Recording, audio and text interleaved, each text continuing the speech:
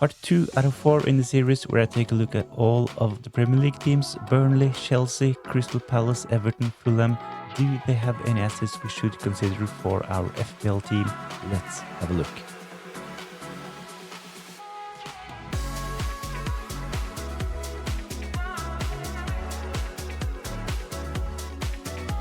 First out is newly promoted Burnley. They have some mixed opening fixtures, playing away against Spurs, then a really good game at home against Sunderland, away at Old Trafford against Man United, Liverpool at home, and then Nottingham Forest at home as well. On set pieces, they have Barnes taking their penalties. Brun Larsen took some last season as well. On free kicks, Anthony, Mabry and Fleming, and corners, Anthony and Lucas Pires. Their most selected asset at the moment is 4.5 midfielder Ramsey, 12.5% selected, so that's actually a lot of FPL managers selecting Ramsey in their Game Week 1 team. Most of the managers have probably selected Ramsey because of the price tag. 4.5 can't get any cheaper, so he is mainly a fodder. The problem with Ramsey is that some are probably expecting him to play a lot and probably deliver some FPL points as well. When we take a look at the 24-25 season for Ramsey, he was injured. He started playing at the end of the season, so I would monitor Ramsey's preseason before selecting Ramsey for my Game Week 1 team. I think that he is one of the players that potentially can see a decrease in price early on. Next on this list is STV 4.0. He is rumored to start, 9% selected. Barnes 5.5 forward, selected by 5% of the managers. The best FPL picks from Burnley: STV 4.0 defender, as mentioned. He is a starter for Burnley, so at 4.0 I think that he is good value at the moment. Barnes 5.5 forward, he is a starter as well. He is on penalties as well, but I don't really see Burnley scoring that many goals in the Premier League. But at 5.5, Barnes is probably an okay option, but I never really considered Barnes this season. I think there are better 5.5 options available. Last on this list is Anthony, and this is mostly due to his participation in the set pieces over at Burnley. So on free kicks, corners, you will potentially get some attacking returns from set pieces. Next out is Chelsea. They finished 4th last season and they have some really good opening fixtures as well, starting at home against Crystal Palace, and they have West Ham, Fulham, Brentford and Man United. So really encouraging fixtures for Chelsea. We will see this later on, that this reflects their ownership before Game Week 1 as well. On set pieces for Chelsea, we have Cole Palmer taking their penalties, and Kunku is next in line, while Enzo Fernandez also took a couple of penalties last season. Cole Palmer is also first in line when it comes to free kicks, but when Reece James is injury free and on the pitch, he will take some as well. And Neto, Enzo Fernandez and Reece James are sharing their corners. The most selected Chelsea player at the moment is João Pedro. He recently joined from Brighton. He did really well in the Club World Cup, played in last matches for Chelsea. He joined them actually during the competition. He flew to America and joined the squad. Did really well in the 2 games he played for Chelsea. So I think that he definitely is a decent option, but there is competition for the forward spot. So let's take a look at this later when we consider the best pick from Chelsea. The second most selected is Cole Palmer, 51%, and Cucurella selected by 20% of the managers. The best pick from Chelsea is, in my opinion, Cole Palmer. He is the only reliable attacking asset from Chelsea at the moment. They have so many good options, so I think that there will be a lot of rotation. Colwill at 5 is next on the list. I think Cucurella is a good option at 6 million, but probably a bit too expensive. Colwill at 1 million less is probably better value at the moment, especially since he will most probably pick up some defensive contribution points as well. So Colwill at 5, I think he is good value as mentioned. João Pedro, 7.5 million. He did really well in the Club World Cup as mentioned, so I think that he will start this season for Chelsea up front. This makes Delap a really bad asset in my opinion. I think that he will be limited to 20-minute substitutions here and there, so I think João Pedro will start most games, and that is his spot to lose to number 9 at Chelsea at the moment. So João Pedro, one of the most selected players, decent option, but he will probably not be in my Game Week 1 team. I think that there are actually better options available. Next out is Crystal Palace. They finished 12th last season. They have some mixed opening fixtures, starting away against Chelsea at the Stamford Bridge before they have Nottingham Forest at home, Aston Villa away, good game in game week 4 against Sunderland before they play against West Ham away. On set pieces, they have Eze and Mateta.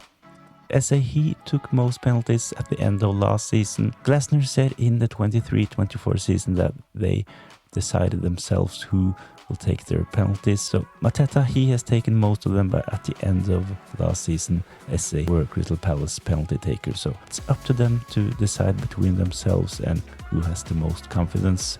Hopefully this will be Eze. I really like him as an FPL option, but let's talk more about this in the Crystal Palace best picks. On free kicks, Eze use and corners, the same guys Eze use and Wharton, he took a couple last season as well.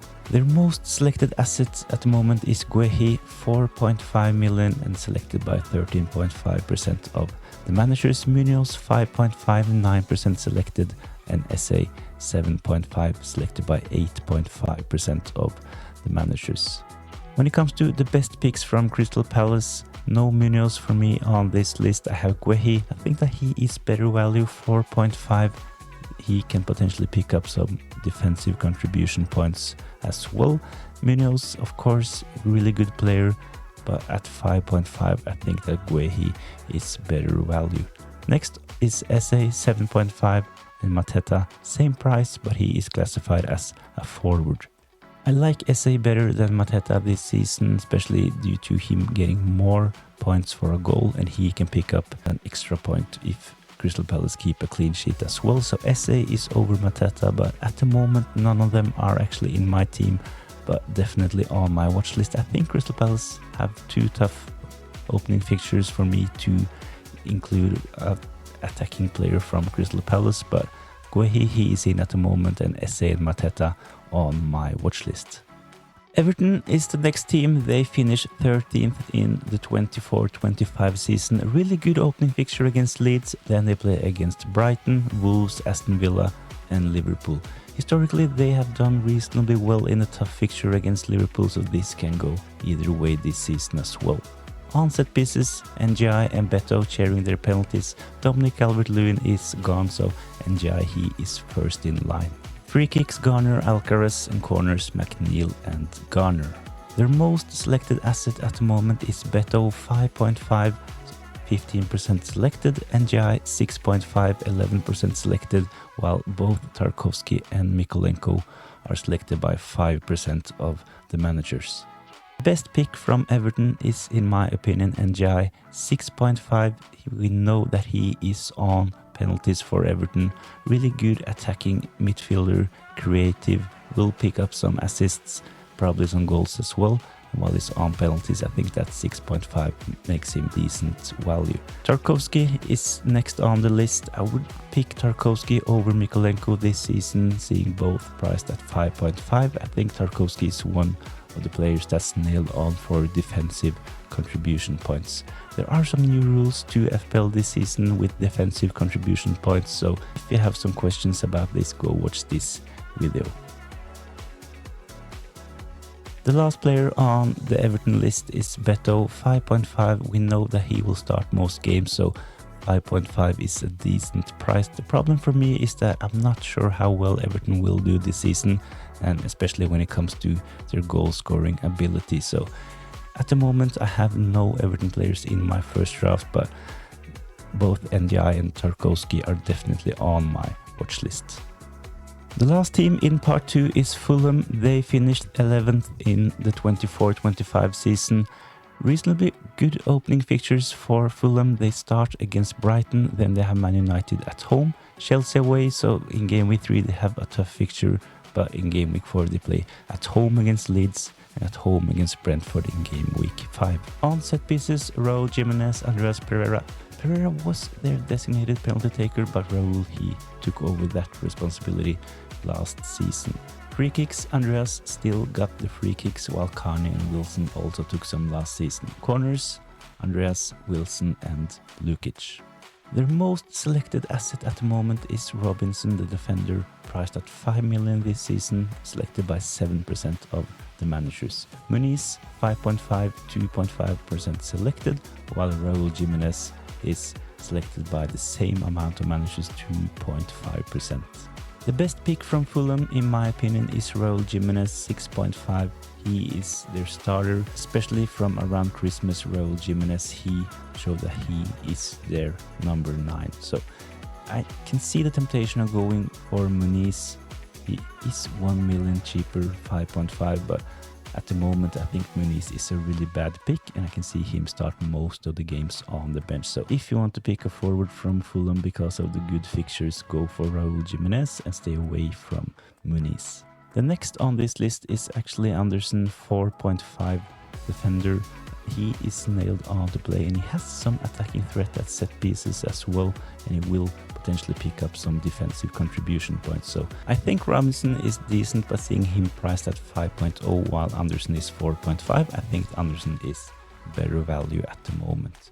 Last on this list is Andreas Pereira. He is mostly in due to his involvement on set pieces, so he is taking the free kicks and corners, and he will pick up some attacking returns. 5.5 good value, but I think that there potentially are better options. At the moment I would consider taking a punt on Arias from Wolves, but let's wait and see how the preseason goes. I have no Fulham players in my first draft at the moment, but Fulham assets, they might actually surprise us. So that's it for this video. The next part will be a really interesting one with Leeds United, Liverpool, Man City, Man United and Newcastle. Like this video and subscribe to the channel so you get the next part in the series preview of all teams, where I'm picking the best FPL options from every Premier League club. Thanks for watching. As mentioned, subscribe to the channel for more FPL content.